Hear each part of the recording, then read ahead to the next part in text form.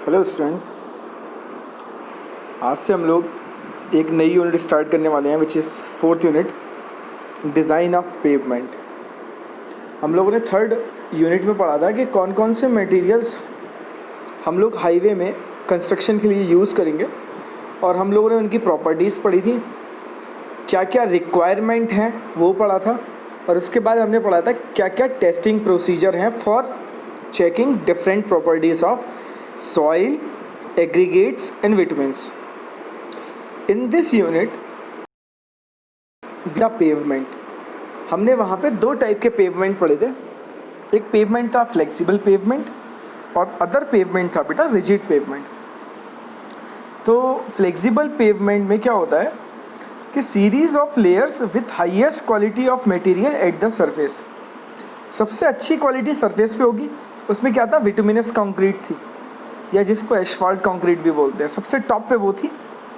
उसके बाद था सब बेस। सब बेस में क्या था बेटा, सब बेस में था क्रस्ड स्टोन। उसके बाद था बेस कोर्स में क्या था, बिग साइज स्टोन्स एग्रीगेट। उसके बाद था बॉटम में सॉइल सबग्रेड लेयर। ठीक है, तो ये हो गया था हमारा flexible pavement. In the rigid pavement हमने पढ़ा था, सबसे ऊपर था सीमेंट कंक्रीट की स्लैब, उसके नीचे था सब बेस या बेस, कुछ भी हो सकता है, एक लेयर, और उसके नीचे था बेटा सॉइल सबग्रेड। तो हम इन दोनों पेवमेंट में थोड़ा सा डिफरेंशिएट देखते हैं, कौन कौन से पॉइंट से डिफर कर रहे हैं। हमने पढ़ा था फ्लेक्सिबल पेवमेंट में जो लोड ट्रांसफ़र होगा वो ग्रेन टू ग्रेन ट्रांसफ़र होगा। रिजिड पेवमेंट में हमने पढ़ा था load will be transferred by slab action. हमने पढ़ा था कि लो फ्लेक्चरल स्ट्रेंथ होती है फ्लेक्सिबल पेवमेंट की, हाई फ्लेक्चरल स्ट्रेंथ होती है रिजिड पेवमेंट की। फ्लेक्सिबल पेवमेंट को डिज़ाइन करते हैं हम IRC 37 2012 कोड के द्वारा। रिजिड पेवमेंट को हम डिज़ाइन करते हैं IRC 58 2012 कोड के द्वारा।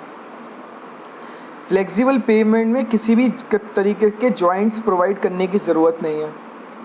यहाँ पे रिजिड पेवमेंट में जॉइंट्स रिक्वायर्ड हैं फॉर एक्सपेंशन एंड कॉन्ट्रैक्शन।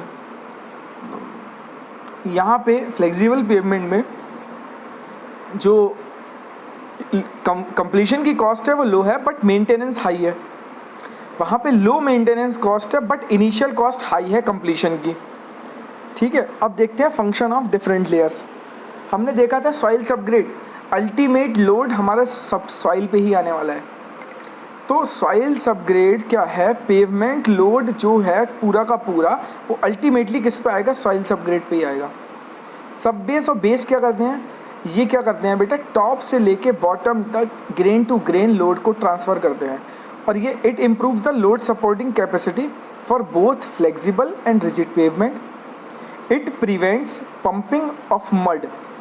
मतलब क्या होता है बेटा, अगर इसमें पानी सीप हो जाए तो पानी जाके मिट्टी में मिलेगा और मिट्टी बन जाएगी पानी से दलदल, जिसको कह सकते हैं वाटरी सॉइल। तो जब लोड पड़ेगा तो ये पानी जो मिट्टी में जो घुला हुआ जो पानी है मिट्टी में, और मिट्टी का ये जो दलदल टाइप बनेगी, ये क्या करेगी बेटा, जॉइंट के थ्रू ऊपर जाने की कोशिश करेगी, तो ये पंप होगी ऊपर की साइड।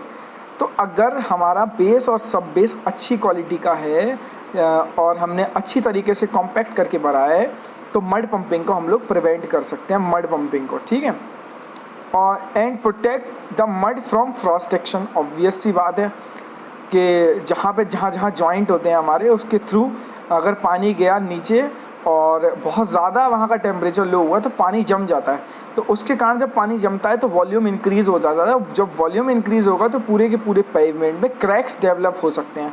तो इस चीज़ को भी प्रिवेंट करता है अगर गुड ड्रेनेज हम लोग प्रोवाइड करें। फिर आता है surface course. Surface course provide करता है हमें smooth riding surface and takes wear and tear. Wear और टियर पूरा का पूरा सरफेस कोर्स लेता है और स्मूथ राइडिंग क्वालिटी प्रोवाइड करता है। First of all, we will see the design of flexible pavement. So there are various method of designs. These are categorized into empirical methods, semi-empirical methods and theoretical methods. Empirical methods जो हैं वो physical properties और strength parameter पे based होते हैं। Semi empirical क्या होते हैं, based on stress strain and experience. और जो थर्ड थ्योरिकल मेथड होते हैं ये बेस्ड होते हैं मैथमेटिकल कंप्यूटेशन पे। तो जो एम्पेरिकल मेथड है उनके अंदर 3 मेथड पढ़ेंगे हम लोग, group index method, CBR method और California resistance value method. California resistance value method CR method.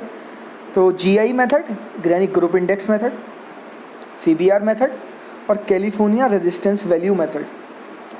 ठीक है, अब सेमी एम्पेरिकल मेथड में हम लोग पढ़ेंगे बेटा ट्राइक्सियल मेथड और थ्योरेटिकल मेथड में हम लोग पढ़ेंगे बर्मिस्टर इलास्टिक लेयर मेथड। सो सबसे पहले इन मेथड को पढ़ने से पहले कुछ डिज़ाइन पैरामीटर्स हैं जिनको हमको पढ़ना ज़रूरी है। उसमें फर्स्ट डिज़ाइन पैरामीटर है बेटा maximum wheel load. So as per IRC standard axle load जो हम लेते हैं, स्टैंडर्ड एक्सल लोड, एक्सल बोलते हैं बेटा नीचे जो हमारी कह सकते हैं एक लेआउट होता है जिस पे हमारी गाड़ी पूरी की पूरी रखी जाती है, जो पहियों से कनेक्ट होता है वो होता है हमारा एक्सल। तो स्टैंडर्ड एक्सल हमारे IRC के द्वारा 8.2 टन्स लिया गया है, यानी 8200 kg, 8200 kg जिसको 8.2 टन्स बोलते हैं।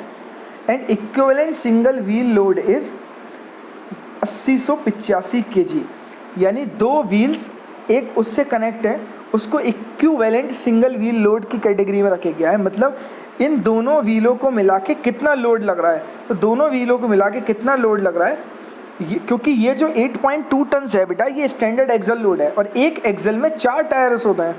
तो एक टायर पे कितना आया 20-50 आया, तो दो टायर पे कितना होगा लगभग 4085 kg या 4050 kg। तो जो इक्विवेलेंट सिंगल व्हील लोड होता है वो लेते हैं बेटा हम 4.085 टन्स या 4085 kg।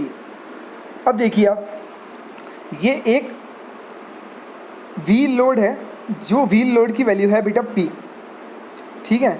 और क्या कहते हैं व्हील के कांटेक्ट, व्हील जिसके कांटेक्ट में वो है वो रोड।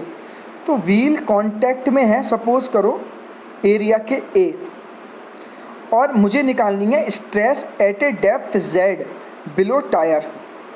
और मैं सेंट्रल लाइन से इस पॉइंट पे एक वर्टिकल लाइन खींचता हूँ और क्या करता हूँ इसको एंगल मानता हूँ बेटा थीटा। तो देखिए tan थीटा बराबर क्या हो जाएगा, अगर कॉन्टैक्ट रेडियस, अगर कॉन्टैक्ट एरिया की रेडियस स्मॉल a हो, अगर कॉन्टैक्ट एरिया सर्कुलर फॉर्म में हो और उसका रेडियस हो स्मॉल a, या कॉन्टैक्ट एरिया स्मॉल a मान लो आप, तो tan थीटा बराबर क्या हो जाएगा, tan थीटा बराबर होता है परपेंडिकुलर अपॉन बेस। तो tan थीटा बराबर हो जाएगा स्मॉल a अपॉन z। तो देखिए ये हमने बॉसिनिक्स इक्वेशन में पढ़ा था कि at a point below earth surface the stress is calculated through Boussinesq's equation and it is given by sigma z is equals to p bracket 1 minus cos cube theta. अब देखिए आप कॉस थीटा क्या होगा इस figure में, cos theta क्या होगा, cos theta होता है बेटा बेस अपॉन हाइपोटेनियस। बेस कितना है z, हाइपोटेनियस कितना हो जाएगा √a² प्लस z²।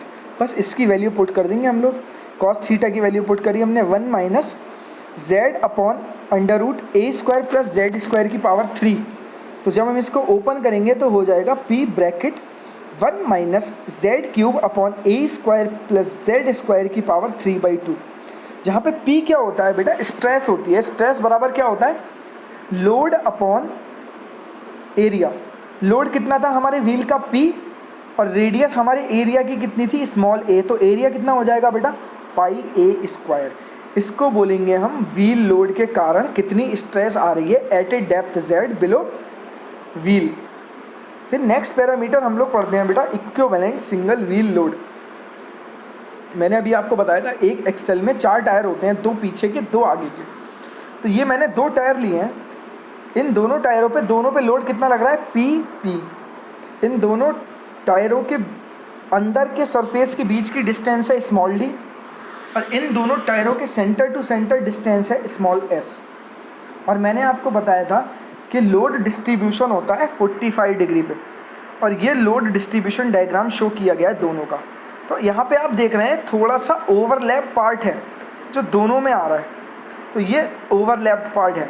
और आप देख रहे हैं कि जो स्ट्रेस की जो हम मैक्सिमम वैल्यू कैलकुलेट करते हैं वो एट ए डेप्थ 2s करते हैं, जहाँ पे s है बेटा spacing between centre to centre of the wheels. तो जो मैक्सिमम हम स्ट्रेस की वैल्यू कैलकुलेट करते हैं वो 2s पे कैलकुलेट करते हैं। तो s हो गया centre to centre distance between layers, small a हो गया radius of contact area of tyre, और d हो गया clear spacing between the tyre. तो s को हम लिख सकते हैं d + 2a। अब इसके बाद हम लोग एक ग्राफ प्लॉट करते हैं बिटवीन एक लॉगरिथमिक ग्राफ, यानी डिस्टेंस और लोड को हम लोग लॉग स्केल पे लेते हैं और वर्टिकल पे लोड लेते हैं और हॉरिजॉन्टल स्केल पे लेते हैं हम लोग डिस्टेंस, और ये ग्राफ प्लॉट करते हैं। तो सबसे पहले हम देखते हैं 0 से d/2 डिस्टेंस में, फिर देखते हैं d/2 0 से 2s डिस्टेंस में।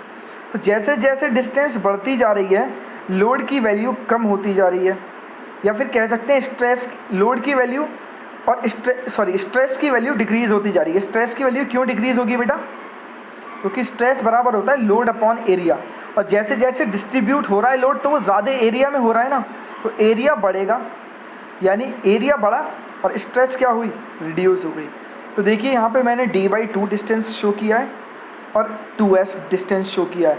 0 से d/2 और 0 से 2s, यहाँ पे होगा दोनों एक्सिस जहाँ पे मिल रही है वहाँ पे 0 होगा। तो d/2 पे जो लोड की वैल्यू होती है वो होती है p, 0 से लेके p तक लोड ट्रांसफ़र होता है, और d/2 से 2s के बीच में कितना होता है टोटल लोड 2p, यानी दोनों व्हील्स का मिला के 2p लोड नीचे तक ट्रांसफ़र होता है। तो ये हो गया हमारा फिगर। और अब इसको कैलकुलेट कैसे करते हैं इसको हम देखेंगे नेक्स्ट क्लास में बच्चों। आज की क्लास के लिए इतना ही, नेक्स्ट क्लास में हम लोग ये क्वेश्चन देखेंगे न्यूमेरिकल।